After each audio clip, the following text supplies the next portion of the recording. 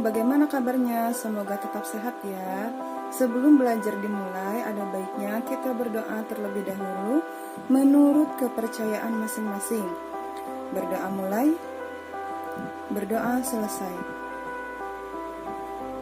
Kali ini kita akan belajar tema 2, menyayangi tumbuhan dan hewan. Subtema 3, menyayangi tumbuhan. Pembelajaran ke-1. Pelajaran yang terdapat pada pembelajaran 1 ini diantaranya Bahasa Indonesia, Matematika, SBDP.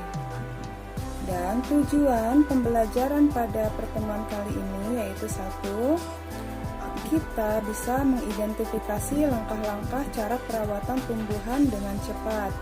Yang kedua, bisa menentukan posisi bilangan cacah pada garis bilangan dengan tepat. Dan yang terakhir yaitu kita bersama-sama bisa menggunakan garis dan warna untuk membuat karya dekoratif dengan tepat. Sini sudah disajikan teks. Mari kita baca bersama-sama. Bacalah teks di bawah ini. Siti sangat senang dengan bunga melati. Siti membeli bibit bunga melati. Dia ingin menanamnya di dalam pot. Siti belum tahu cara menanam bunga melati. Siti pergi ke perpustakaan sekolah. Di sana, dia menemukan buku yang dibutuhkan. Buku tentang cara menanam melati di dalam pot. Berikut petunjuk perawatan melati yang Siti baca. 1. Siapkan pecahan batu bata merah atau pecahan genting. Susun di dasar pot. 2. Campurkan pasir, tanah, dan pupuk kandang, masing-masing dengan bagian yang sama. Isikan pada sepertiga bagian pot. Letakkan di atas lapisan pecahan batu bata merah atau genting. 3. Masukkan bibit melati. Sisakan media lama yang masih menempel. Tujuannya agar tanaman dapat beradaptasi dengan media baru. 4. Tambahkan campuran pasir, tanah, dan pupuk kandang. Jangan isi pot sampai penuh. Sisakan 2 cm dari bibir pot untuk memudahkan penyiraman. 5. Pastikan tanaman dapat berdiri kokoh. 6. Siram tanaman dengan air secukupnya. 7. Bersihkan bagian luar pot dari kotoran. Letakkan pot di tempat yang diinginkan. Selanjutnya, Ayah berlatih. Buat tanda centang di dalam kotak bila kalimat-kalimat di bawah ini sesuai dengan petunjuk perawatan tanaman melati. 1. Batu bata merah dan pecahan genting diletakkan di dasar pot. Centang atau tidak? Nah, di poin 1, betul ya. Batu bata merah dan pecahan genting diletakkan di dasar pot. 2. Pasir, tanah, dan pupuk kandang digunakan sebagai media tanam. Betul tidak? Pasir, tanah, dan pupuk kandang digunakan sebagai media tanam? Iya, betul. Di poin kedua disebutkan pasir, tanah, dan pupuk kandang digunakan sebagai media tanam.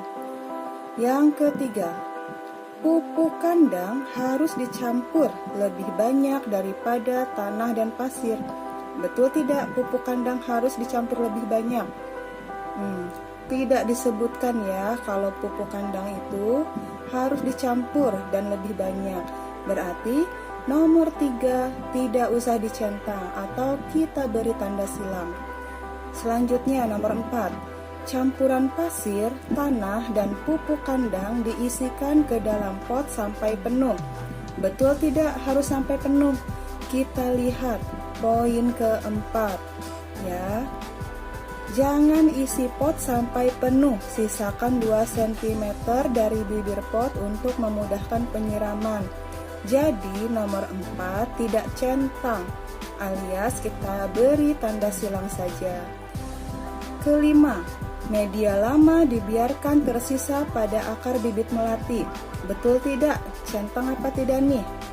Ya, untuk kita lihat poin ketiga ya. Masukkan bibit melati, sisakan media lama yang masih menempel, tujuannya agar tanaman dapat beradaptasi dengan media baru. Jadi, nomor 5 itu centang. Media lama dibiarkan tersisa pada akar bibit melati. 6. Kita harus memastikan tanaman melati berdiri dengan kokoh, betul tidak? Iya, mari kita lihat di tahap kelima, poin kelima. Pastikan tanaman dapat berdiri kokoh. Jadi, untuk soal ke-6, centang isinya ya. 7. Siram tanaman melati dengan air sebanyak-banyaknya. Betul tidak? Tanaman melati harus disiram dengan air sebanyak-banyaknya. Kita lihat tahapan-tahapan sebelumnya ya. Nah, di poin ke-6 nih, siram tanaman dengan air secukupnya, jangan sebanyak-banyaknya. Jadi, nomor 7 isinya bukan centang, tapi silang karena tidak sesuai dengan pernyataan pada teks. Nomor 8, sebelum diletakkan di tempat yang diinginkan, bagian luar pot harus dibersihkan. Betul tidak, harus dibersihkan dahulu sebelum diletakkan di tempat yang diinginkan. Kita lihat poin ke-7. Bersihkan bagian luar pot dari kotoran, letakkan pot di tempat yang diinginkan. Berarti betul, harus dibersihkan dulu bagian luarnya ya, baru boleh ditempatkan di tempat yang kita inginkan. Jadi nomor 8 isinya centang karena sesuai dengan pernyataan. Nah, slide selanjutnya kita akan belajar tentang garis bilangan. Yuk kita amati bersama garis bilangan di bawah ini. Nah, ada yang tahu garis bilangan itu seperti apa? Garis bilangan seperti ini bentuknya. Terdapat angka berapa saja?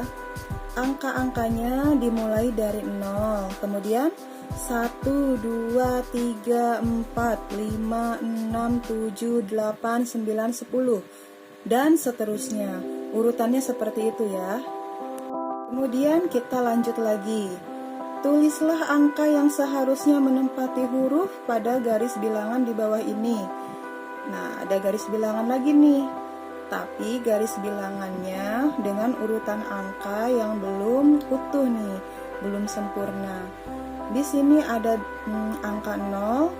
Seharusnya S ini angka berapa? Kemudian ada angka 2. Setelah angka 2 ada huruf L. Setelah huruf L ada angka 4. Setelah angka 4 ada huruf R. Setelah huruf R ada angka 6, 7. Kemudian ada huruf I. Seharusnya I di sini itu angka berapa ya? Nah, kita nanti akan bahas sama-sama. Kemudian setelah I ada 9. Setelah 9 ada huruf H. Seharusnya H di sini ditempati angka berapa? Mari kita jawab bersama-sama. Dimulai dari 0. Setelah 0, S ini harusnya 1. Kemudian 2. L di sini seharusnya 3, 4, R seharusnya 5, iya betul. Kemudian 6, 7, lanjut lagi, I seharusnya 8, 9, H seharusnya 10. Bagaimana? Mudah ya? Sangat mudah. Slide selanjutnya ada contoh pertanyaan. Mari kita selesaikan ya. Selesaikanlah penjumlahan di bawah ini menggunakan garis bilangan. 1. 5 plus 2. 5 ditambah 2 sama dengan berapa? Jika menggunakan garis bilangan, caranya seperti ini. 5. Nah, kita ambil titik mulai dari 0. Loncat sebanyak 5 langkah. Mulai ya. 0, 1, 2, 3, 4, 5. Ditambah berapa? Ditambah 2. Di titik 5 terakhir, kita loncat 2 langkah. 5, 6, 7. Nah, hasil akhirnya adalah 7. Jadi, dengan menggunakan garis bilangan, 5 ditambah 2 sama dengan 7. Lanjut lagi, nomor 2. 3 ditambah 8 sama dengan berapa? Kita mulai dari titik 0. Loncat berapa langkah? Ya, loncat 3 langkah terlebih dahulu. 0, 1, 2, 3, berhenti. Ditambah berapa? Ditambah 8. Di titik 3 loncat 8 kali. Ya, 1, 2, 3, 4, 5, 6, 7, 8. Terakhir loncat 8 kali berada di titik angka 11. Maka 3 ditambah 8 sama dengan 11. Paham? Ayo sekali lagi ya. Nomor 3. 4 ditambah 4 sama dengan berapa? Kita mulai dari titik 0. Loncat sebanyak berapa kali? 4 dulu ya. Yang paling disebutkan angkanya pertama kali itu kita kerjakan terlebih dahulu. 0. Loncat 4 kali. 0, 1, 2, 3, 4. Diam ya. Ditambah 4. Di titik 4 loncat lagi sebanyak 4 kali ya. 1, 2, 3, 4. Maka titik akhirnya ada di angka berapa? Berada di angka 8. Maka hasil 4 ditambah dengan 4 sama dengan 8. Bagaimana? Cukup mudah bukan? Penjumlahan menggunakan garis bilangan. Slide selanjutnya, ayo mengamati. Siti sedang membantu ibu merapikan lemari baju. Di lemari ada beberapa kain batik milik ibu. Siti memperhatikan motif yang ada pada kain batik. Ada bermacam-macam motif daun dan bunga. Siti sangat tertarik dengan motif daun dan bunga. Setelah membantu ibu, Siti menggambar hiasan dengan motif tumbuhan. Nah, di bawah ini ada motif tumbuhan ya. Motif tumbuhan itu terdapat juga di antaranya adalah motif daun dan ada bunga juga ya. Boleh ditambahkan buah. Bitter itu termasuk motif tumbuhan juga. Ya, mari kita jawab pertanyaan berikut ini. Nomor 1, dari keempat gambar tersebut, motif mana yang paling kamu sukai? Nah, dari keempat motif tersebut, kamu suka yang berapa nih? Yang keberapa? Kita sebut saja ini yang pertama, ini yang kedua, ini yang ketiga, dan ini yang keempat. Nah, nomor 2, apa yang menarik dari motif yang kamu sukai? Kenapa kamu memilih motif tersebut? Kenapa kamu suka? Contohnya Bu Ratna lebih suka motif yang pertama karena bentuk bunganya bagus, kemudian tumbuhannya ini termasuk tumbuhan merambat. Yang ketiga, warna apa yang kamu gunakan? Nah, warna apa yang akan kamu gunakan untuk membuat gambar motif hias tumbuhan? Mengapa? Jadi kalau misalkan mau menghias motif tumbuhan, kira-kira dibutuhkan warna apa saja? Untuk batangnya kira-kira warna apa yang cocok? Untuk daun, warna apa yang cocok? Untuk bunga, warna apa yang cocok? Mengapa? Apakah akan terlihat lebih bagus? Apakah akan terlihat lebih dekoratif? Ya, boleh kalian isi jawabannya menurut pendapat kalian sendiri ya. Nah, di sini ada motif tumbuhan. Mari mencoba menghias motif tumbuhan dan berilah warna agar menarik. Kira-kira motif tumbuhan ini bagusnya diberi warna apa? Bunganya bagusnya diberi warna pink atau merah ya? Terserah, yang penting itu menurut sesuai selera kamu bagusnya seperti apa. Kemudian daunnya atau kelopaknya lebih bagus warna apa? Hijau tua atau hijau muda? Dan batangnya lebih suka warna apa? Warna coklat atau warna hijau tua? Terserah ya. Dan ini boleh dicoba oleh kalian dengan mewarnai sebagus-bagusnya. Nah, kita sudah berada di penghujung pembelajaran hari ini. Nah, kita sudah belajar apa saja? Pertama, kita sudah belajar langkah-langkah cara perawatan tumbuhan dengan tepat. Nah, tadi kita sudah menemukan langkah-langkah perawatan tumbuhan apa? Ya, tumbuhan melati. Tanaman melati, tanaman bunga melati. 2. Kita sudah belajar apa? Ya, kita juga sudah belajar menentukan posisi garis bilangan cacah pada garis bilangan dengan tepat.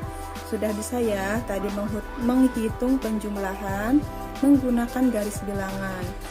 Yang terakhir, menggunakan garis dan warna untuk membuat karya dekoratif dengan tepat. Tadi juga ada motif tumbuhan. Kira-kira warna apa saja yang cocok untuk motif tumbuhan tersebut? Masih ada soal lagi 2. Coba latihan soal dan jawab di kolom komentar. Berapakah hasil penjumlahan dengan garis bilangan berikut ini? Nomor 1, nomor 2. Coba ya, silahkan bagi yang tahu komen di kolom komentar. Kiranya sudah selesai. Cukup sekian ya pembelajaran kali ini. Semoga bermanfaat. Wassalamualaikum warahmatullahi wabarakatuh.